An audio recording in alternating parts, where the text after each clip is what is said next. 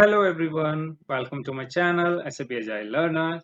So today we are going to talk about ABAP Data Dictionary domain object.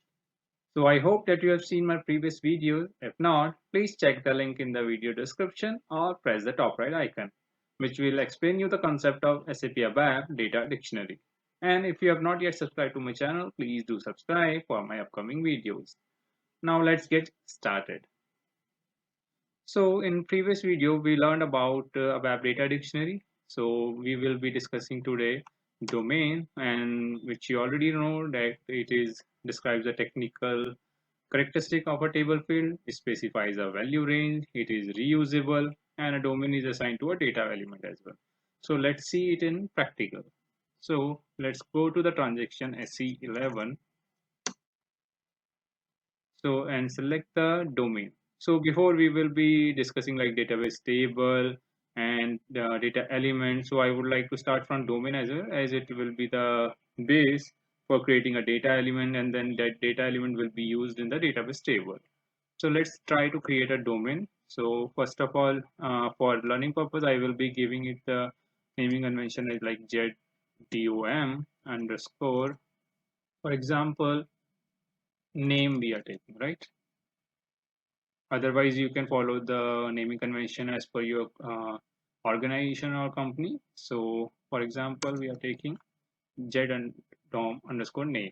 So let's click on create, and here it will ask you the short description of the domain. So, for example, give it a like name domain. So here you will find like data type. For example, data type basically is it's a data dictionary data type that you can select from by clicking on this icon, or even you can press the F4 icon on your keyboard. So for example, let's click on this data type thing and it will open a pop-up. So from here you can basically select uh, data type as per your requirement. For example, character is there, currency key is there, CURR is there, decimal is there, and that's a date as well. Similarly, integer are there, so numeric data type is there. So there are multiple data types that you can select as per your requirement. Similarly, string is there, and for time it is TIMS. So for example, learning perspective, I will be taking the character string here. So just select and double click on this and it will show it here. So in the number of character, you can pass the length of your name. For example, I want the name should be of like a 10 character, or let's suppose take a 30 character, as it can contain your surname as well. So let's suppose, for example, give it a 30 and hit enter. So say, as soon as you enter the 30 value here, it will automatically come here. So can even increase this value. And let's talk about the decimal places. So basically, it's applicable to data types CURR, QUAN, quantity, decimal, floating type only. And for data type FLTP, the number decimal is fixed, that is 60. And below you will see the output characteristic tab. So here it output line, like we discussed, once you enter value it will automatically come here. Then there is a routine which we call is conversion routine. So basically that comes into the picture.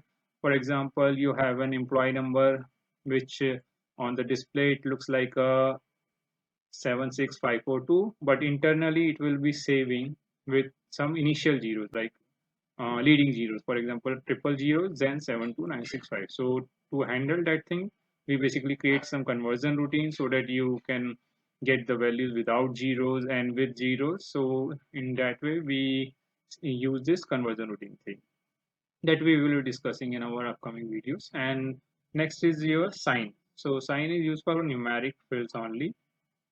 And the next is your case sensitive. So case sensitive thing is comes into the picture. Like for example, by default there is no case sensitivity for character storage, data types char, currency key, lchar, string. So if case sensitivity is required, then this checkbox needs to be ticked. So you can tick this and untick this. If case sensitivity is required, you can tick this so that it will give you the uh, output in a correct format. So now let's talk about the value range tab. So value range tab, here you will see that there are multiple things like single values is there, intervals are there, then again a value table is there. So let's understand what single values is basically used. So in single vals, you can enter values like fixed value, short description, and value should be basically it is used when you have like a few number of entries. For example, 15, 20, 30, max to max. So in that case, we use this single value. So for example, I have some requirement that in screen I want to have some F4 kind of functionality. Like when you click on this, similarly same as this thing, like we saw here. So same as this. So suppose you have a requirement, you have to show some kind of F4 functionality on a screen or report. So what you can do to show those values in that selection screen, you can pass those value here. Like for example, A, I'm passing, and then I'm passing like R, and then for example, A stands for approve, I'm taking, and R stands for reject, I'm taking. So in that case, therefore will show you the A or R in the pop-up, and then you can select like yeah, you need to select like whether approve or reject to proceed further in your selection screen or in your report output. So in that case, this single wells comes into the picture. So next is your intervals. Interval basically comes like you can enter valid values, valid range of values, and when this domain is assigned to a data element, and then that data element will be assigned to a table field. So a field appearing on a screen is referring to this table field.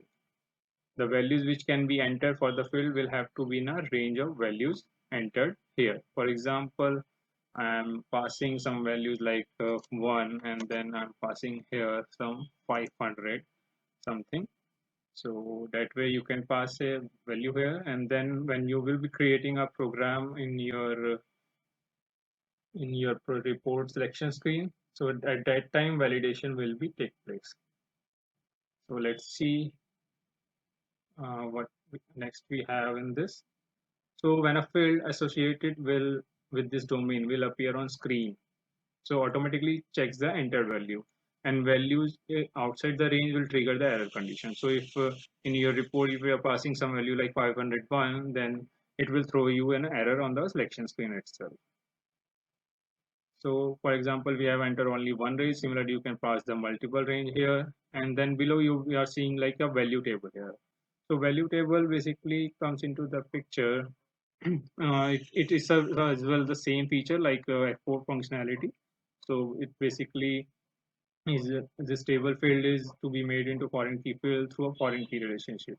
So that we will be discussing later on as well. So as of now, just learn this like for single wells is there, and then R for reject is there, like for functionality. Similarly, you can use this functionality as well in intervals thing. Sorry. So using this, user will have the facility of pop-up selection list in their selection screen program. So you can pass that. So and now if you want to save, you can save it, and it will ask you the something. You can pass the local object, and then you can click on local object thing, and it will save this in your local object. And if you want to save in some tr, then you can pass the package name, and then you can create your new tr, and you can pass that as well. So yeah, so we learned about this thing today, like domain. What we have here, like a definition, you can pass the data type value, number character, output length, and then case sensitive option is there as we know, right? So, so in the next video, we will be learning how we can create the data element using SE11 TCode. Thank you.